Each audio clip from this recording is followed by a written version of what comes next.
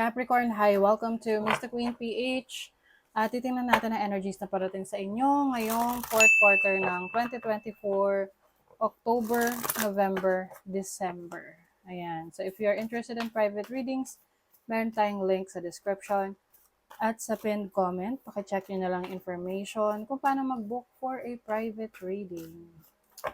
Okay, let's see. Capricorn. Ano yung parating sa inyo? Fourth quarter ng 2024. For Capricorn. Courage.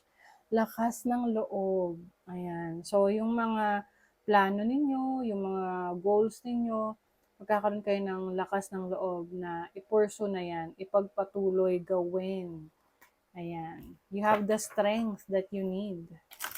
Kung may mga pagkakataon mo na nanghihina ka, ibibigay sa'yo yung lakas para lumaban. Oo, ipagpatuloy. You also have compassion. I feel like, mas lalo kang magiging connected sa yung higher self ngayong October. Like, more on, empathy towards yourself na mas kikilalanin mo yung sarili mo kung ano pa yung kaya mong gawin. What can you bring to the table, sabi nga, diba? So, you also have lovers. Some of you, pwedeng very significant ang relationship ngayong last quarter ng 2024. You may be entering a serious commitment, new relationship para sa iba sa inyo. If you are already in a relationship, maaring nagle-level up yung inyong connection. May engage, meron dito magpapakasal. I also see you na papasok sa isang partnership na may kinalaman sa pagninegosyo. Business partnership. Let's see what else. Oh, lovers na naman. Capricorn. I think ano pa to, no? October, if I remember, October na 2024 monthly reading nyo, more on relationships talaga. I don't know if you're open to this, pero whether you are open to relationship or not, meron at merong magpapakilig sa inyo ngayong October and hanggang December. Oo. So this is also focused on, partnership, relationship, having strong connection with someone na meron kayong parehong pananalig, pananaw sa buhay. It's like you are mirroring each other, no? So kumbaga, pareho nyo naiintindihan yung isa't isa. Whether this is romantic or platonic relationship, friendship, sa family. Ang importante rito is merong taong nandyan sa tabi mo, someone who's willing to support you, to take care of you. And yung iba naman, this is a commitment na papasukin ninyo. This can be a commitment sa work, sa career, sa business ninyo. You also have the Elder of Swords. Meron kang mga decision na gagawin, major decisions ngayong last quarter ng 2024. Pwedeng iba sa inyo mag-aaral o kaya may ipupurso kayo na bago, no? Something na hindi nyo pa na-try before. I also see you learning new skill, no? Pwedeng may pinag-aaralan ka ngayon na alam mong in the long run makakatulong sa pag-improve ng skill set mo. At syempre, pag mas marami kang skills, marami kang alam, maraming opportunity na pwede mong subukan. You have the Six of Swords. So, yung iba sa inyo, pwedeng lilipat ng trabaho, lilipat ng bahay. Merong movement, may pag-alis sa isang conflicted na situation. So, kung yung iba sa inyo nasa conflicted relationship with someone, maaring iiwas ka sa mga drama sa buhay. You will focus on improving yourself and also having a peaceful environment. You have the Five of Swords. So, merong conflict talaga dito. Pwedeng may mga tao na hindi sang-ayon sa mga plano mo, sa mga gusto mong gawin sa buhay mo moving forward. But I think, ano man yung plano mo, wala namang makakapigil dyan eh. Kung talagang yan yung gusto mong i-pursue. I also see na kailangan rin na maging maingat ka sa mga taong pagkakatiwalaan mo.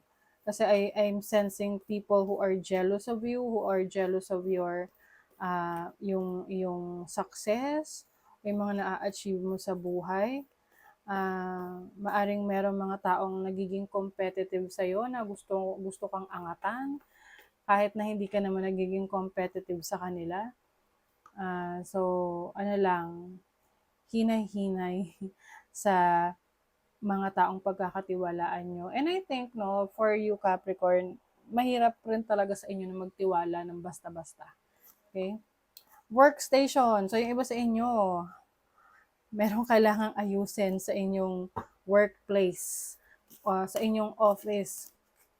Kahit na work from home kayo, syempre meron kayong spot sa bahay na dun kayo nagtatrabaho, dun kayo gumagawa ng mga creations ninyo, ng kung may business kayo, dun kayo nagpo-produce ng mga products nyo or services nyo. So, you are going to organize your working space. Makakatulong yan para sa clarity ng isip nyo. Yes.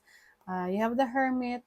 I think, pagdating sa career, pwedeng hindi ka masyadong nagiging open sa iba, no? Sa mga plano mo. I feel like, kung ano man yung mga plano mo, sinasarili mo lang. Kasi ayaw mo na merong makialam sa mga plano mo. Kasi, di ba, once na yung mga plano natin sa buhay, sa career natin, na ikwento natin sa iba, may tendency kasi na nai-evil eye siya, no? Yung tipong may mga, like what I mentioned kanina, may mga naiinggit or perang mga taong nakikipag-compete sa'yo kahit hindi ka naman nakikipag-compete sa kanila. And ang mahirap pa niyan, yung iba, malapit sa inyo, like mismong asawa nyo, competitive sa inyo, or yung kapatid nyo, kaibigan nyo, 'di ba? Na gusto nila maangatan ka. So, sa relationship, true love talaga. Capricorn. So, eto pwede kasi tong, kahit hindi mo hanapin, darating na sa'yo. So, some of you, if you're single, pwedeng meron kang makikilala na, person na masasabi mong, mararamdaman mo yung totoong pagmamahal. Ace of Wands. Yes, new beginning to. Very passionate ang energy na ito.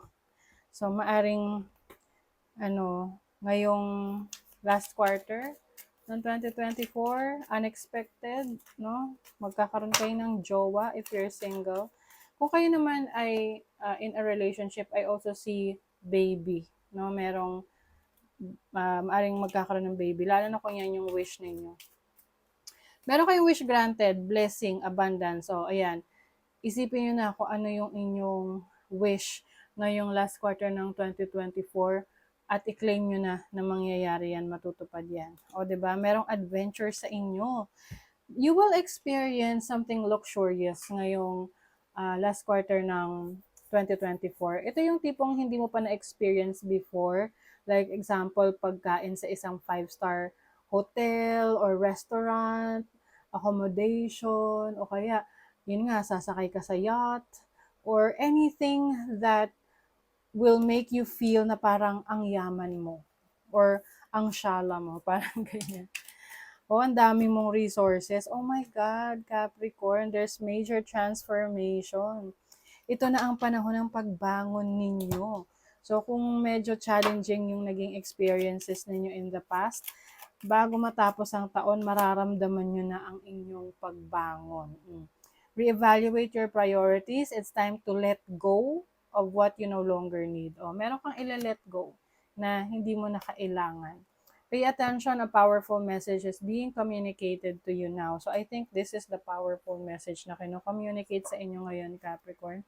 And kung ano man yung mga synchronicities na makikita ninyo, Especially number 9, ayan, 'pag madalas kayo nakakita ng number 9, i-look up niyo na lang kung anong meaning nun, spiritual meaning nun, and maaring maka-resonate kayo sa message nun. Express yourself creatively, start something new. Oh my God, meron talaga. Nasisimulan ka. What creative pursuit do you feel drawn to? Yes, you are going to tap into your creativity, Capricorn. You will start something creative ngayong last quarter ng 2024. Okay, so that is your reading. Thank you so much. Bye.